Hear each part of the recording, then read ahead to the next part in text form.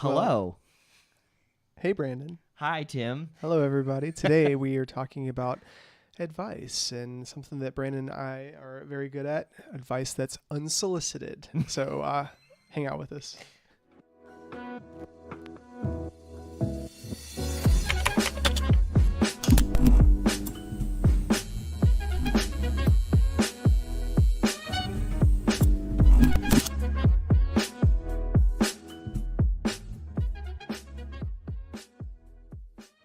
Well, hello, and welcome back to Thought Raid, a show where we take on thoughts and find better ways of thinking about them. I'm Brandon, this is Tim, and today we're talking about unsolicited advice, which is something I feel like we might have slightly different opinions on, maybe. I don't know. So I'm very curious to hear what it is that's on your mind regarding unsolicited advice. Hello, Zap. We are here. You're about to see us if you haven't seen us yet, but it might be a little bit of a delay. Anyways, so yes, unsolicited advice, something that's specifically on your mind. Yeah, so for those of you who don't know, Brandon and I have a guys group that we go to every Wednesday. Yes. Brandon is a trained lay counselor, and I'm in school to be a therapist. And I think the way we talk about things in our own personal lives and amongst each other, we get super deep and we ask a lot of probing questions, and we have a lot of advice to give each other and other people. Yes. And this is a concept that I think Christians, especially with the whole idea of evangelism and conversion and whatever, being sin-focused and sin-minded, I think this is something that a lot of Christians struggle with, being unsolicited advice. But the question today is unsolicited advice healthy? Is there any value in it? And as you said, I think you and I disagree a little bit on this. It's very possible. So I'm curious to think or to hear what you have to say. Yeah. Well, just in school right now, I'm learning about communication and the value of being an active listener. And I think that's really hard for me, because when I hear people, especially when they dump their life on me, and I don't mean like in a bad way, like I don't want to listen to this. Like, I'm always super interested. I always ask tons of questions because that's where I like to go with people. I don't as much care about the superficial things. But I get to a point where they'll say a certain amount of things. I'm like, oh, red flag there. Oh, second red flag. Oh my gosh, I got to say something. And a lot of times I insert myself into those people's lives in a way where the advice I'm giving may be good, might be sound advice, might be wise, sage advice, but they didn't ask. And I often find myself feeling somewhat pretentious and presumptuous about what's going on. And something I'm really thankful that Ariane helps me understand is that I don't listen well enough. I mean, in marriage and in relationships in general, you want to be heard. You want, even if what you're trying to say or think or feel is unhealthy, you want to get it all out. And it's so frustrating when you try to do that and somebody stops you because they're wanting to give advice to something that might not actually be the root of the problem. Yeah. I mean, I've had that happen to me plenty of times. I have moments where people are assuming that I mean one thing or assuming that I'm concerned about a specific thing and I'm not. And I have to stop and be like, no, that is not what I'm saying. That's not what I'm thinking on. That's not what I'm even bothered by. But then there also could be some times where I'm just so shut down by what they're saying because I implode. Mm-hmm. And you're talking about this as the person that's receiving? As being the receiver myself. Okay, of the unsolicited advice. Yes. Yeah. Yeah. So I understand that and its uncomfortableness. Yeah. And, growing up, I had family members who were Christians, because I want to talk about that for a second, because as I said, I feel like this is a predominant issue in the Christian community, giving unsolicited advice. Growing up, I had family members that were Christians, and they would always tell me, Tim, you need to change this about your life. You need to do this differently because this is unhealthy. And I'm sitting here thinking, well, I don't want to hear this. I don't want to go to this church where you're forcing me to go. I don't like tucking in my shirt. what do you mean you want me to give away my $5 that I saved this week from my lunch money as a kid? It's like, I don't want to do any of this. And I'm being forced into this situation of receiving this advice that might be good or this direction that might be healthy, but I didn't ask for it, and the Bible talks about how there's a time and place for everything. There's a season for everything, right, for sowing and reaping. And it also says, mourn with those who mourn and rejoice with those who rejoice. Like, God gets it.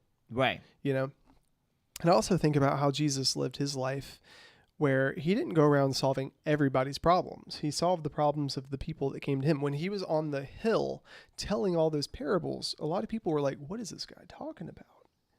And then you had some people that would stick around and listen to him because, well, this is kind of a spectacle. And then you have other people that pursued him even more, saying, preacher, like, what are you even talking about? And it were those people that pursued him that he gave the advice to. And he still didn't give them everything, And so I'm thinking about when I become a therapist, or the people that I talk to currently that have an array of issues. Mm-hmm. Our friend Dan Smith said, he gave me this one-liner that I think about a lot, and he said, what do you need from me right now? And I think about that when I'm engaging with people. And it's really helped me in my relationship with my close friends and also my wife, because I will identify, especially if somebody's in a state of being unhealthy, I'll identify 1, 2, 3, 4, 5, 20 things that they should probably consider changing in their life to fix this dysfunction. Mm-hmm. But similar to our guys group, a main reason why people never fix those dysfunctions is because it's kind of like having an issue with your car, and instead of fixing the issue itself, you take it to a car wash. It's like, at least it looks good, I'm talking specifically about the feelings underneath. Like, why do I feel this way? What do I need to get out? What do I want to talk about? And in all the therapy classes I'm taking, that's one of the big questions is, okay, what would you like to talk about today? Instead of saying, here's what I think you should talk about today. On one hand, it takes all the pressure off of me to have things figured out. And on the other hand, it's more of an invitation into their life, instead of thinking, well, I'm really smart and I see what they need to change because I'm healthy. That puts me in a really strange position of having to have all the answers. Because I don't. I'm as dysfunctional as most everybody else, Yeah. I don't know what to think specifically when it comes to unsolicited advice, because I have been in situations where the advice given to me has been actually pretty helpful, even though I wasn't necessarily asking for it. It came in handy. And I've been in situations where there has been things that have been affecting my life that someone else is doing because I have to work within close proximity of them, and what they're doing is affecting me, and something needs to be said. And they didn't ask. Press the button. They didn't ask for advice for what? For the stuff on the screen. For the stuff on the screen. It's all up there. Oh, is it? Okay. Yeah. Never mind. Sorry, guys. Like, what? I'm sorry, guys.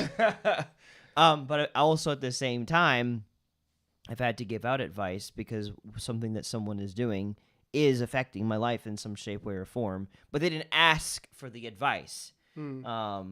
Whatever. Like, for instance, of having like a coworker who, is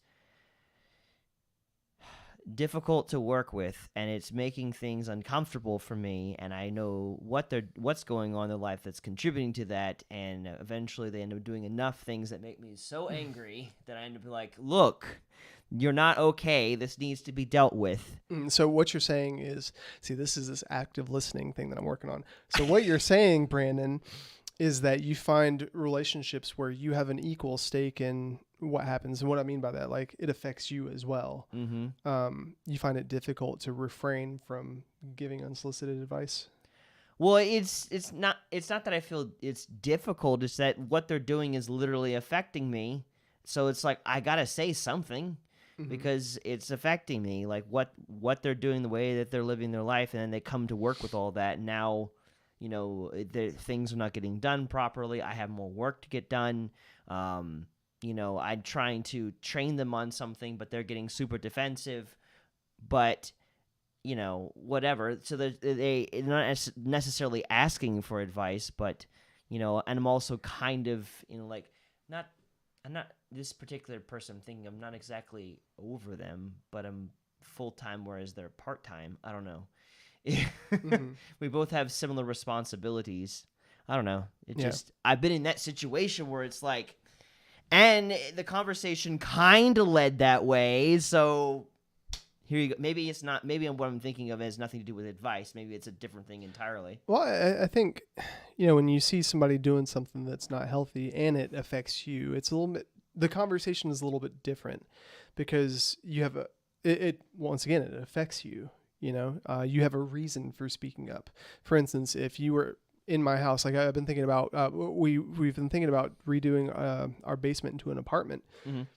and then having a tenant with a kitchenette down there, they're going to be cooking things, right? True. So if they were being dysfunctional and employing methods that were potentially dangerous to our household, I would have to have a conversation, even though they didn't ask for it. Right. Right. And I think that dynamic is a little different. So for instance, if I have a relationship with you, well, we're business partners and you make a choice that's not healthy for our business, I have an obligation to say something because we're joined in that way. But then you have other people, and it could be friends, it could be people at church, people in traffic, it could be non-Christians, just whoever that don't really have that joined dynamic with me.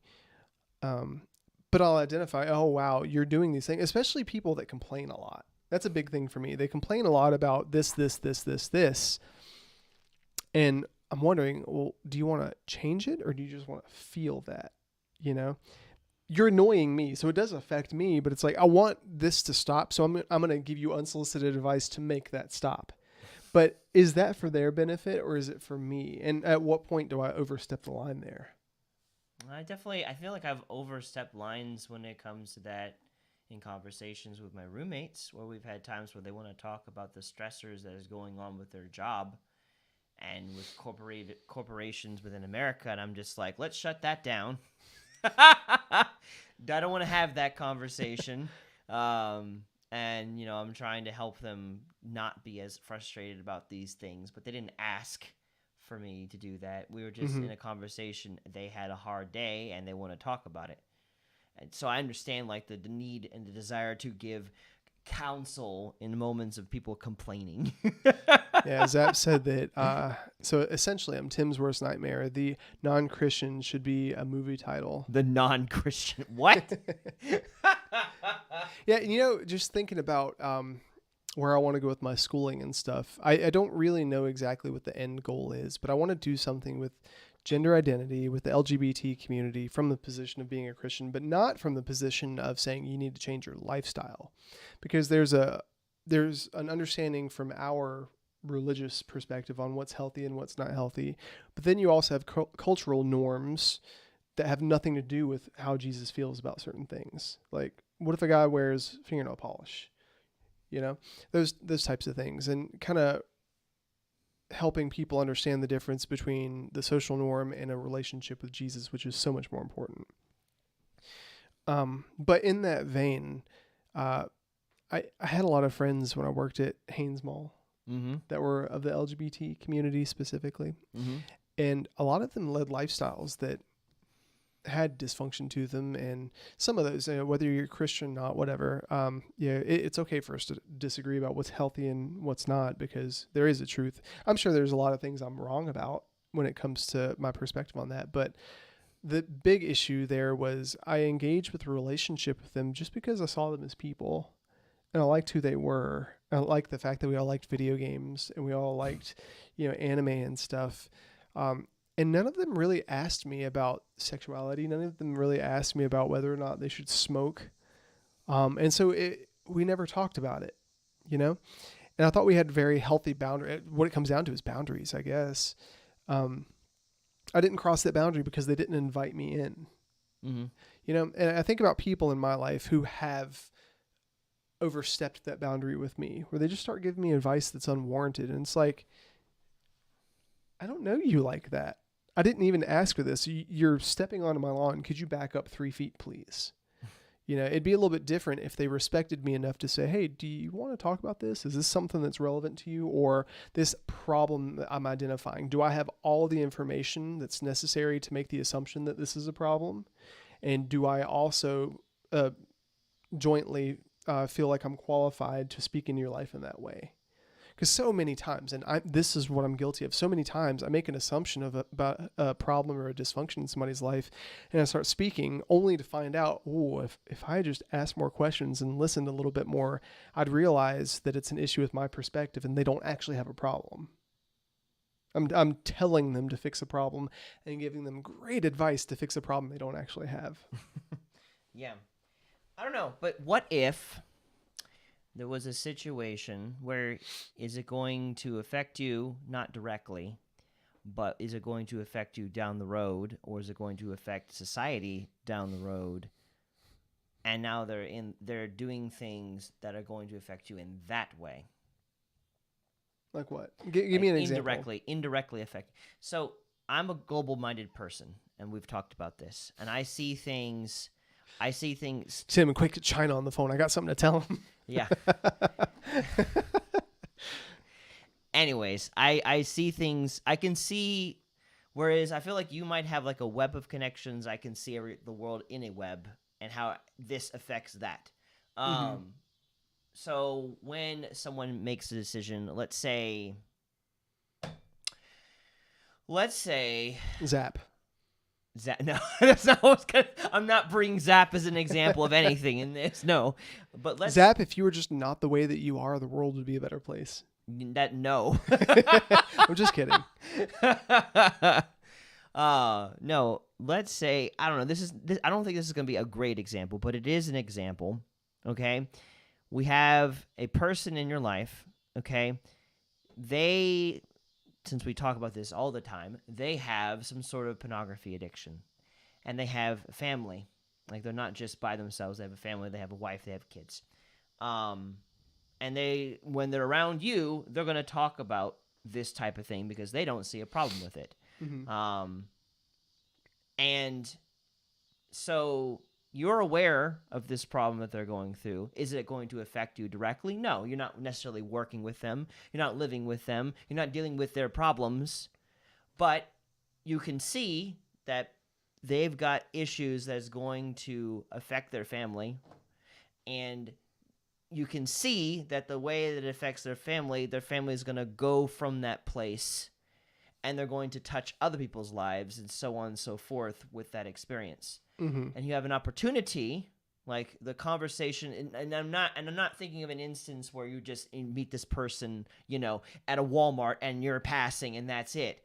But the conversation has been brought up. You said, I offer my soul for the example. Okay, Zach. I offer myself as tribute. You see an opportunity where, once again, they're bringing up this whole thing that they love to talk about because they're addicted to it. And, what do you do in a situation like that? You can see it's going to affect their lives. You can see it's affecting their families' lives. And you can see from a global perspective that's going to affect more than their families' lives. It's just not affecting you at this moment directly. Well, I think humility has a lot to do with sanctification. And just for the sake of definition, sanctification is going from something unhealthy to healthy. That's how I define it. And so when we try to course correct things or prevent pain from happening, I think living in a world where there is not pain and we've not experienced consequences, I think sanctification is a hard sell because we don't identify that we're doing something that hurts us or other people.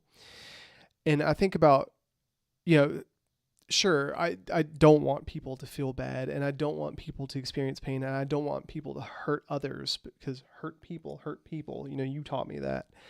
But at the same time, scripturally, even God, it says, and God gave them up to their own debased minds to engage in all these things that they were choosing. And people don't really know that they're dead in their trespasses until they realize, whoa, wait, this sucks. I mean, think about kids, man. You tell them all the time, don't do that. That's going to hurt you. Don't do that. That's going to hurt you. That makes them want to do it even more. But when people feel the consequence of their actions, they're like, wow, that sucked. I don't want to do that anymore. And I think it's so interesting in our group of friends. There's so much more peace that comes with making the decision because you've experienced pain than making a decision based on the avoidance of pain. There's a lot of fear in that because it's like you don't know what the pain feels like. right? You've just been told it's bad. Just like there's a study that was done, I think 10 years ago, of all these monkeys, right? And there were about 10 monkeys in this cage, and in the center of the cage, there was this big pole, and at the top of the pole, there was a bunch of bananas. And so what they would do is every time a monkey would try to go get the bananas, they would spray them down with a high-powered water hose. After a week, guess what the monkeys would not do? They would not go for the bananas. Correct. So what they did in this experiment was systematically, week after week, they would replace one of the monkeys with a fresh monkey that's never been sprayed with water. And what would happen is every time that new monkey would be introduced, they would see the bananas and think to themselves, ooh, delicious. Try to go get the bananas, and all the other monkeys around them would be like, no, and pull them down, right? If you fast forward 11 weeks, it was a 12-week experiment.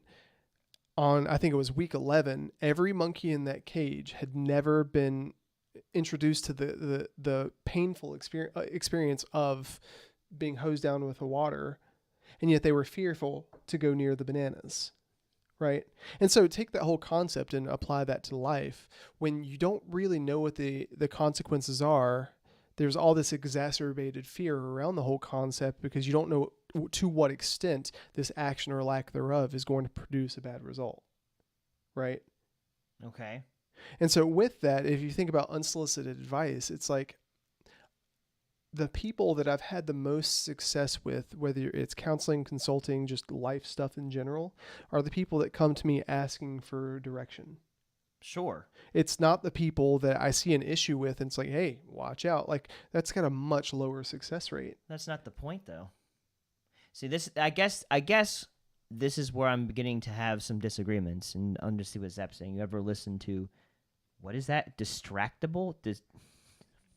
Because they talked about the exact same thing on it. I've never heard of it. No. So this is, I feel like that's missing the point. Because the point of bringing up something is not whether or not they'll actually do something about it. That's not the point. I'm not bringing up a problem with someone who didn't ask to know what the problem was because I have a high success rate chance with them to hear what I'm saying because they asked me. I'm bringing it up because I care, because I know that if they keep going down this path, they're going to end up hurt, they're going to hurt others, they're going to hurt society. Multiple areas are about ready to get hurt. It's up to them to decide what to do with that information. They mess around too much and talk about serious stuff. Well, we got a little bit of both. We go to goofy stuff. We play games, as you know, and we also do serious stuff like this. But the point is, it's up to them to decide whether they're going to actually take this thing they didn't ask for and do something with it or not, to value what I have to say or not. Because here's the factor. How do you know if they've even heard that what they're doing is wrong? They may not know. Well, okay, so awareness is different from advice. But you don't know what they do or do not know. It's Right. one thing. It's one thing to never, like, it's one thing that you bring it up and then, like, I don't want anything to do this, and then you keep pushing them over and over and over again. That's one thing. But it's another thing of you see them make a mistake, you don't know exactly what they do not know, but you bring it up so that they're aware of it, kind of thing. Like, this could be a problem. I feel like that's an important situation. And maybe, again, this is not advice. This is just a warning. I don't know. Maybe I'm looking at these two. You're talking about something different than I'm talking about. But in my mind, it's very important. Someone may not know what they're doing is wrong, and you could be the one to introduce them to that so that you can save their life from that problem they're about ready to do to themselves or, in this scenario, to their family. I think what you're talking about is the root of mansplaining. What? So, I mean, you know what mansplaining is? It's giving advice that's unwarranted, even though the person may already know it. But I'm kind of joking, Brandon. Okay. But I get what you're saying. You know, like, if people don't know, at least making them aware that what they might be doing is harmful to themselves or other people. I do think that's important, but at the same time, I really think it's one of those things where it's like, I wouldn't consider that advice. For instance, if going back to the LGBT thing, right? And once again, based on what you think, you might think, okay, this is healthy, this is unhealthy, whatever. There are just certain lifestyles I think are unhealthy, and that's not the impetus for why I engage with certain people, or like whatever. It doesn't really matter to me, because it's up to each person to seek out their own salvation with God. Okay, enough of the Anyway. background. Get to the point. Anyway, it's like, okay, those people, I'll say somebody that's in a relationship like that, would they care? Well, okay, well, Tim, do you think this is healthy or not? Right? If I see them doing that, do I want to run around to all these different people and say, hey, did you know that's unhealthy? Hey, did you know that's unhealthy? Hey, did you know that's unhealthy? That's exhausting. Jesus didn't even do that. He spoke, and it said, for those of you who have ears to hear, let them hear. He didn't direct that at people unless they were people in the name of the Father sitting in the temple, right? He went on the side of a mountain, and there were people that passed by, right, that were doing the very things that he was giving parables about, turning away from sinful practices and whatever.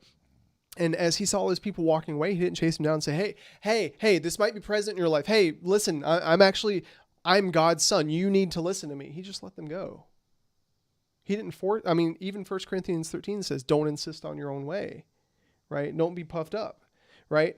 And we have the Holy Spirit to convict us and to give us nudges in the direction to speak up when we need to speak up, right? And everybody has access to that same Holy Spirit, and the Lord's chasing everybody. We're not supposed to be the Lord.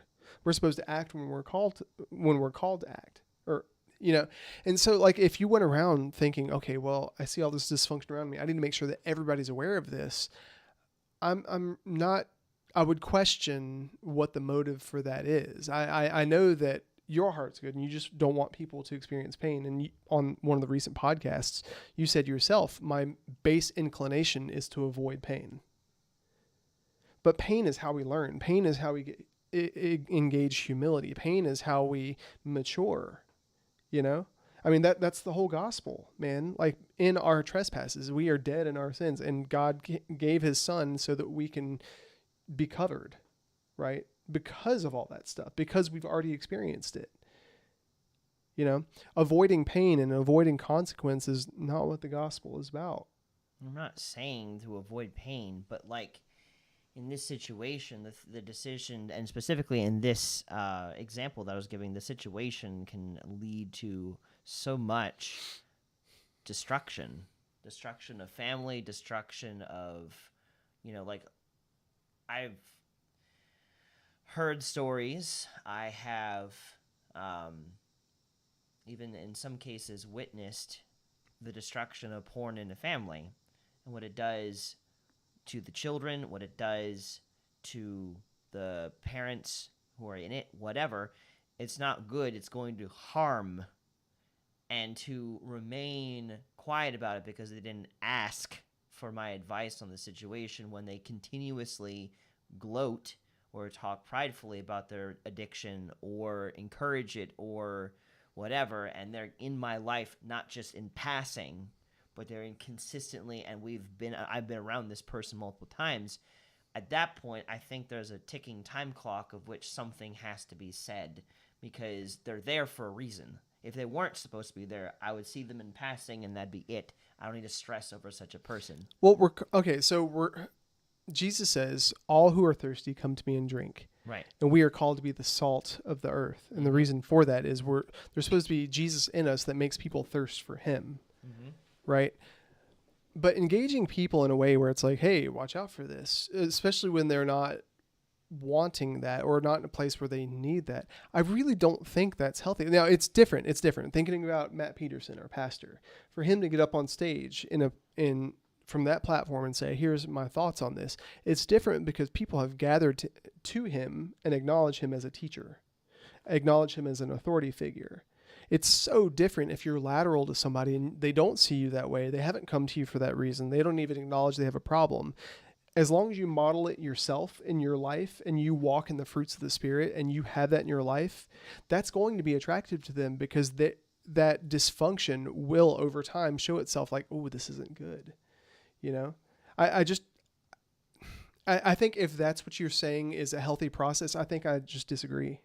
We also see evidence through the Bible of like the prophets going out and just saying, if you don't repent, this is what's going to happen. Like God definitely, and God used them. Like, yeah, Jesus I can't say that Jesus didn't engage either. We had moments. No one asked him to throw the over the tables and stuff at the temple when people were swindling people out of their money at the temple when they're supposed to be there to just be able to make sacrifices and reconnect with God.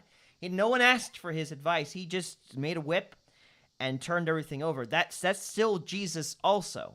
Mm-hmm. And that's what I'm trying to get at. Like, we can't... Well, let me interrupt you there, because in that specific situation, he was a rabbi. He was a preacher. And that place that he was in was a place of his authority. And people were doing things in a place where he had authority over. And the apostles, that was also their position. They were sent out to do that thing.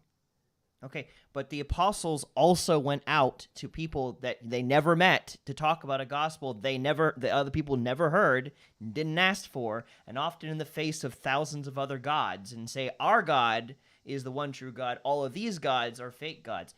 You can't... I understand what you're saying. I think I understand what you're saying. But given what I'm currently hearing of what you're saying, I think... I don't know what it is, but there is a balance. There's a balance of I'm not just going to force myself into the situation and tell you what I think about it, but at the same time, there's also and it has to come from a place of love. If it's not coming from a place of love, you shouldn't do it. You should check yourself first, because that's a representation of a beam in your eye. But if you can say something out of love and compassion for someone, there are moments where you have to speak up, because also... we see this not just in the Bible, but through history. The people that speak up about the problem often are the cause of change for greater good. So it's not if we waited, for instance, if tomorrow we were to be under the regime of some kind of communistic state and all of our rights were to be taken away and Christianity were to come under direct persecution, and we were to just say nothing, we can do that, and we can covertly help people in secret.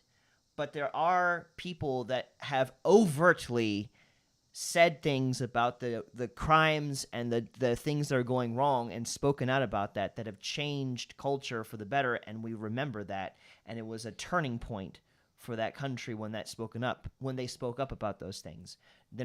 No one in that country is asking for their opinion or their advice about things, but they still took that risk and put their life on the line to say things are not okay, and this is affecting all of our lives. Well, I think it's different on a macro level too.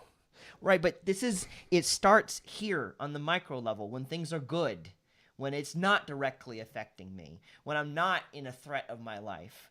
If we remain quiet while things are good, then it's bringing permission for things to get worse. Right, but I think the part that you're missing, Brandon, we'll take Martin Luther King, for example. So Martin Luther King, as you all know, was all about social justice, segregation and the removal of segregation. And his whole premise was he went in front of groups of people that gathered to hear, and he talked about a perspective that he thought that needed to be changed, just like Jesus on the Mount. Now, I'm not saying Martin Luther King was Jesus. Not saying that at all. But the thing I'm trying to say is he spoke to the hearts of people that were there to listen. And what that does, when you speak so broadly about a topic, instead of being so pointed, saying, hey, you need to change this. Hey, you need to change this. Hey, you need to change this. The whole point of discipleship is to speak to people about what's healthy from what's unhealthy, how to sanctify their hearts, how to operate in love in their own personal relationships. You inspire that, right? That's why you look at the trickle-down effect. You saw Jesus with the 12, and then he sent the 12 out. He sent the disciples out in twos, in smaller groups, And beyond that, he talks about interpersonal relationships, one-on-one, brother and sister and all that.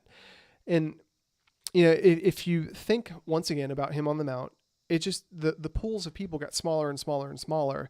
And then the content of the conversation got more and more and more pointed based on the size. And you're focusing back on Jesus. Yeah. Because you were talking about Martin Luther King Jr. Right. So just to make sure that people are aware that you just shifted from him to Jesus. Correct. Yeah. But what I'm saying is the scope of the different conversations, it was very similar. So Jesus was on the Mount, just like Martin Luther was in front of all the groups of people, which inspired smaller groups of people, which actually stuck around. And then beyond that, you had other people that pursued Jesus and said, well, what did you mean by that? And then as you got smaller and smaller, those conversations got more and more intentional and more personal. And that's what I'm talking about. I'm not saying that if there are macro level issues, you shouldn't give advice unwarranted and unsolicited. I think it's one of those things where like part of my job for We Carry Kevin is I'm an advocate for families with disabilities. I speak out into the ether, it feels like sometimes, to those who have ears to hear. Now, it'd be different if I said, Brandon, what are you doing for families with disabilities? Do you not see that all the money that you're giving could go towards this cause? I don't do that. You didn't ask me how you should be spending your money, right? Now, it'd be different if I was speaking and you knew what I did for We Carry Kevin and you said, Tim, hey, I've got money that I want to give. And would you tell me more about this? That is the invitation. You didn't receive my unsolicited advice for what to do with your money. You came to me with that because you felt a tug on a macro level. Right. Well, I understand that on a situation that is not necessarily like whether or not I give to We Carry Kevin or not. Like it's good and it's important, but it is not something that is going to make life destructive for everyone if something doesn't happen. I'm thinking more specifically in situations where this thing that the person's doing is going to be destructive for a lot of people, including themselves. Okay, well, let's transition then. Thought rate. All the stuff we talk about, very similar, very preventative things. We talk about taking thoughts captive. We talk about interpersonal relationships. We talk about reconciling what's healthy as far as like your personal habits. It's all great stuff that we speak out into the ether, and there's a lot of people that it comes across social media, YouTube, Facebook, whatever, and then just keep scrolling. So based on what you're saying is we should chase down each of those people because they're living those unhealthy lifestyles and make sure they're aware of what we should share to each of their pages. I'm not talking about let's go search down for every person who has an unhealthy life because we would go to the entire world. I'm saying when someone comes into your proximity and remain in your proximity and there are issues that keep coming up and there becomes a moment where they're not necessarily asking for your advice, but what they're doing, you can see how it affects yourself, others, whatever. There is a moment where it may become necessary to bring something up that they're doing wrong out of love and concern for them. So how would you do that? Let's say I walked into your life and we were friends, if we were friends, and I have 7 glaring issues that you thought needed to be brought to my attention. Would you do that all at once? Would you do it over time? No. Would you wait for me to feel some pain and ask you about them individually? How would you reconcile my sin with me, Brandon? It wouldn't be all at once, no. It would be... But what if there's the urgency there, because what if I go off and I hurt somebody? Because what you're saying is, if I don't address this and make them aware of it, they're going to hurt people. So there's the urgency for me to do this right now instead of when they need it. Well, yeah, there's definitely triage in that situation. There are some things that people do that are definitely very destructive and are going to cause issues. So if there's something that is a red hot burning fire problem and it's going to detonate tomorrow, kind of thing, well, triage would say, let's focus on that now. Mm-hmm. But if there is none of those type of situations, and there's just situations that are like for instance, again, let's go to not porn this time, but let's just go to person eating habits. Sure, eating habits. They are obese, and they're coming in, and they're in my life, and they're constantly talking about their woes, all these problems.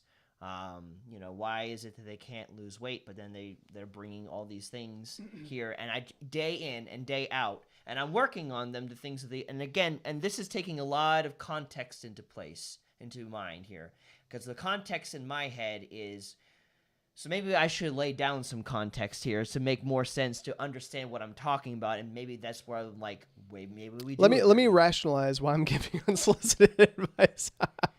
The context. Stop. The context. It's because I'm white. What? No, it is not because I'm white. I'm just kidding. Or a man. Anyways, I know you're joking. Anyways, context. They're in my life. We are regularly interacting together. there are some things that they have been going through, and we've had conversation where we've been able to open up and talk about those things.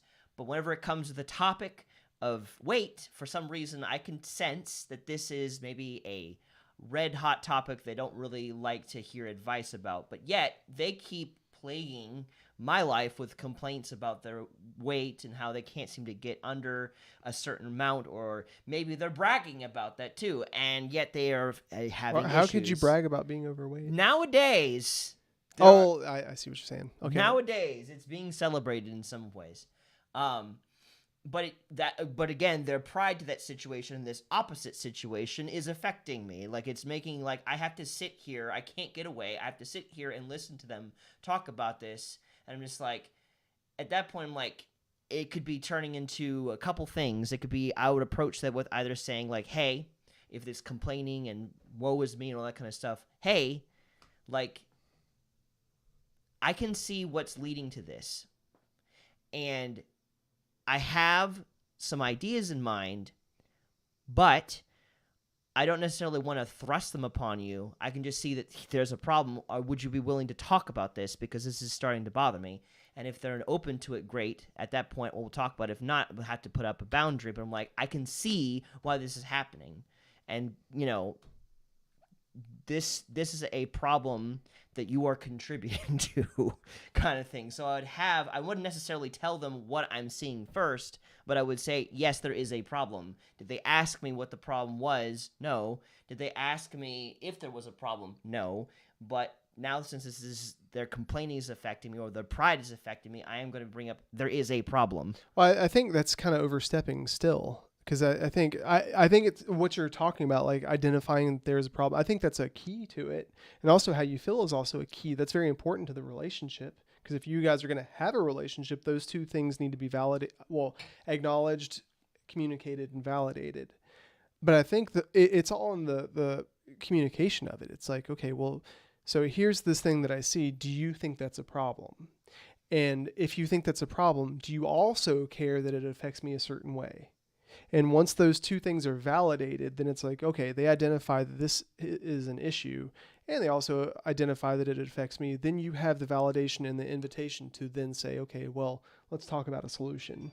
But that, I don't know if that is the right way or a cultural thing, a cultural idea about going about it, because to me, that's indirect. That's how? That's super direct. It's saying, hey, the fact that you're unhealthy in this way and you keep talking about it, do you see that as dysfunctional? Do you see that as a problem, or do you see that as something that's good? And honestly, Brandon, if I see somebody that wants to live in that space, like there are so many people that like to live in unhealthy spaces, and we have mutual friends, or they used to be friends to a degree, that have done that. And it makes us both very sad. Well, it's like, okay, well, if you don't identify that that's a problem, then we're going in two different directions. It's not even worth the conversation. Like, you're not even open to asking me, hey, Brandon, do you think this is a problem? Why are you asking me this? Why are you asking me if I think it's a problem? Right? If they're like, no, I don't think it's a problem. Okay, cool. Well, this is affecting me this way. Does that matter to you? Well, no. Why? This is my life. Okay, well, you don't think it's a problem, and you also don't care how it affects me. We don't need to have a relationship.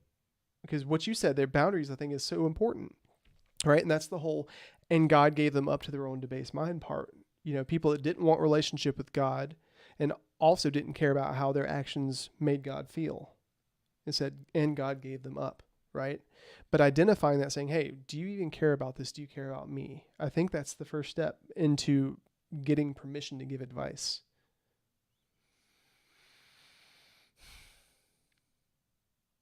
How often... Now, this is just a curiosity about you as a person. How often do you think about an issue that someone else is going through that's in proximity to you? Like, how often do you think about that and whatever? Pretty frequently. Okay. Because I'm curious, because, like, by the time I'm going to bring up a problem that I'm seeing with someone, I have thought about it and processed through it and possibly also even talked about it to kind of get my thoughts together before I speak. Mm-hmm. And so I've already been encountering it multiple times before I actually say something, making sure that it's not just me. and making sure that I'm not like about ready to say something and it's just me needing to have a growth space because I need to get over it kind of thing. So I was just curious about like if it's the same thing for you to kind of understand your way about going through this. Brandon, the way, like, I'm always, I think deeply about people, and that's not like, ooh, I'm pretty awesome. No, like, I think about people and like why they do things and things I like about them, things that are frustrating about them. And then I think about my relationship with them, and if me speaking into their life, like there was a girl that you and I know mutually, and I made a comment to her about her dating life. I totally made an assumption I overstepped my bounds. And I said it jokingly, but almost like a big brother type thing. And I was like, one, I didn't ask for that. Two, she didn't ask for that. Three, it wasn't even like, it was just a curiosity that I had that like, it almost like that gossipy curiosity. Like I wanted to address this just because I wanted the satisfaction of addressing it. That wasn't kind. It was not kind because they didn't ask. Neither, like she wasn't, like maybe that made her feel some kind of way. Like, why is he thinking about this in regards to me? Like, why does he care so much? Am I doing something wrong? Is there something wrong with me? Like, it opens up all those cans of worms, all for the simple fact that, like, I'm curious about this one thing. And I have an assumption, and I'm curious if my assumption is true. That's totally for me. It has nothing to do with her, right? And even if my assumption is right, and that would get her on the right track, satisfying that is all for me. I'm always doing it for me when it's like that. And so when instead, if somebody came to me and said, "Hey, I have this issue," and like I have a new client, and he said, I've got an issue with my relationships, man. I just feel like I have an issue with commitment." Great. Well, let's talk about that. Let me ask you some questions because I definitely have advice that I'd like to give on relationships and commitment because that's my bread and butter. That's what I like to do. It gives me a lot of joy. But it's so different when somebody opens the door and says, "Hey, come in." Well, yeah, I mean, I understand the difference between something was asked for and not. I'm just thinking, I just keep going back and thinking about, part of me still wonders if we're still on the same page of terms of how to provide things. It's just encode that information differently and speak it out differently. Like how, it's like, I'm still wondering, are we saying the same thing but in different ways? Because it's hard to go into all the nuances of what a situation looks like to encapsulate it in like an hour. Yeah. I don't know. I just know that God's been talking to me a lot lately about restraint. And, you know, before we started this podcast, you were talking about throwing your pearls before the swine. Not saying people that are dysfunctional are swine, but, you know, just thinking about how Jesus would have walked into a city. He would have known all the dysfunction, all the unhealthiness around him, all the sinning going on around him. And yet he would walk with peace, right? Like as he was walking down that street, a lady who was bleeding and unhealthy came up and touched the hem of his garment. And he said, "Who just touched me? Power is gone from me." You know, he didn't go seeking her out, and he knew. He knew. And there were so many people that came to him and said, you know, "Father, what should I do?" Like, I'm not sure if it was Jesus or one of the disciples, but that prince came up to him and said, "What do I do to get into heaven?" And I think it was Jesus that responded, "Give away your riches." Yeah. Right. Jesus didn't go seeking out that man to tell him, "Hey, this is what you need to do to get healthy." He waited till they came to him. Right. And we're talking about the Son of God. Like, why didn't he run in a panic and in a frenzy, run all over each city, making sure everything was addressed with everybody just to make them aware? He spoke on a hilltop, and if people wanted to hear, they would come and hear. And he would teach disciples to go out and do the same thing. So I don't know, man, like walking with the Spirit in that, and the cool thing about that is, now I'm going to tell this really brief story, and then I'm going to do my little outro piece and let you say whatever else you need to say. We just got back from Indiana, and there was a guy there named Eric. And he has this thing, go look it up, neighborhoodlink.org. It's an app that they have where it populates a city or a state that you're local to. And when you go, you see all these little beacons on the map. And it's people that have logged in and said, "I need help." with whatever. It could be mowing a lawn, could be with their car, it could be financial.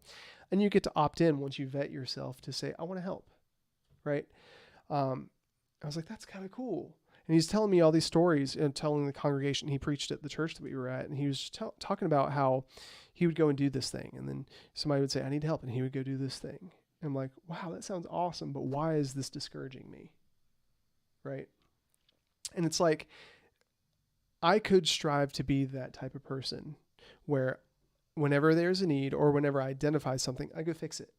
But that's not what we're wired to do, or we're not all wired to do that. Well, I would wager to say not all, because some people are acts of service, love language. Yeah, but some people also overdo it because... Oh, sure. Yeah, but what I'm trying to say is the most peace I've had is in that flow. You know, you're always talking to me about the flow thing, you know, flowing with the Spirit, just being malleable and allowing God to speak to your heart and saying, hey, I'd like for you to move right now.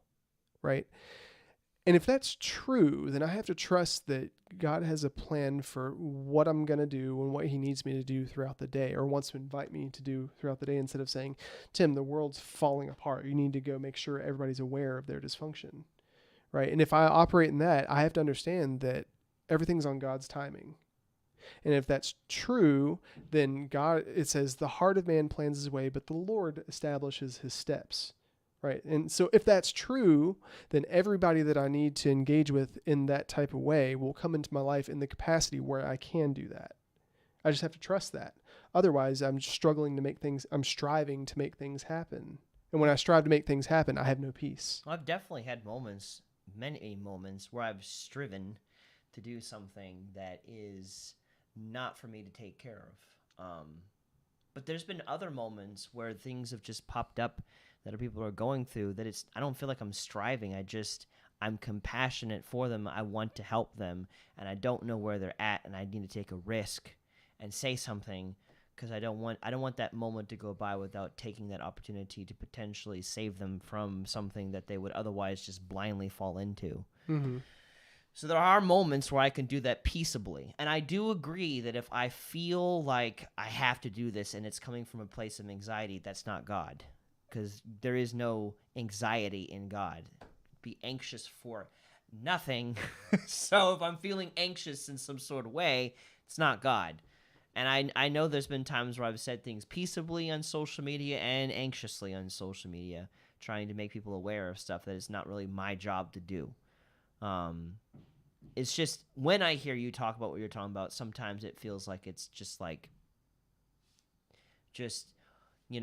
wait and never say anything unless you're asked, which in some cases may be never. And then it's like... Well, there's a difference between not saying anything unless you're asked and saying, hey, here's this thing. Do you want to talk about that, or do you see this as a problem? That's the invitation part, because God does that with me all the time. There's so many things on a daily basis where he says, hey, Tim, would you want to talk about this? I'm like, nah, dude, I'm good. I don't want to talk about that right now. Maybe in 10 years after I've gone through some pain, But there's a big difference there.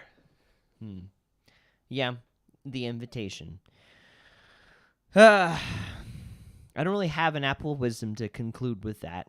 I just have to consider the way that you're talking about that and just think about it more, now having a better understanding of what you're saying. So, yeah, I guess we can close it here. If you've enjoyed this stream, make sure to like it and hit the subscribe button, as well as the bell notifications, so that you can know when we go live again. We broadcast every week, and we enjoy having you be a part of this. So, Zap, once again, thank you for being a part of this. I am very grateful for you. And for all those who are watching, thank you for watching today as well. So we'd love to have you be a part of that, but no pressure. Only if you've been enjoying this. Oh, we should probably promote the AI battle. Yes. The 27th. Yes. So coming up is it next week or the week? How fast is this coming? Let me take a look here, because it feels like it's like we're going on the 27th, whenever that is, which is next week. Okay. So we're having another AI battle, and another gift card is on the line. Now, I will say we're learning recently that it's difficult to get gift cards to people who are in different countries. So I don't know if you're from a different country and wanting to participate in this. I don't know exactly how I'm going to get that to work. I think there is... Did we give money to somebody in a different country? We tried. Oh. Yes. Well, what happened? Different country.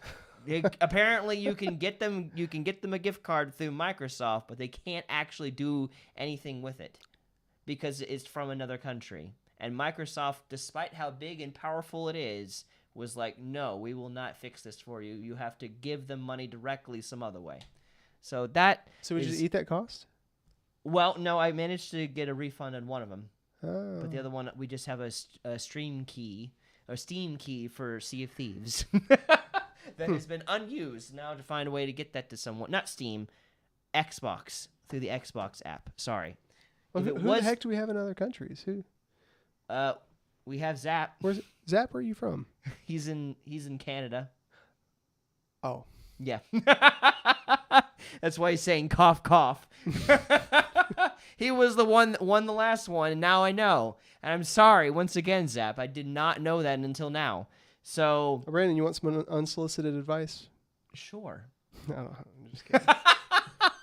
Anyway. So I don't know what we'll be able to do if you're from another country.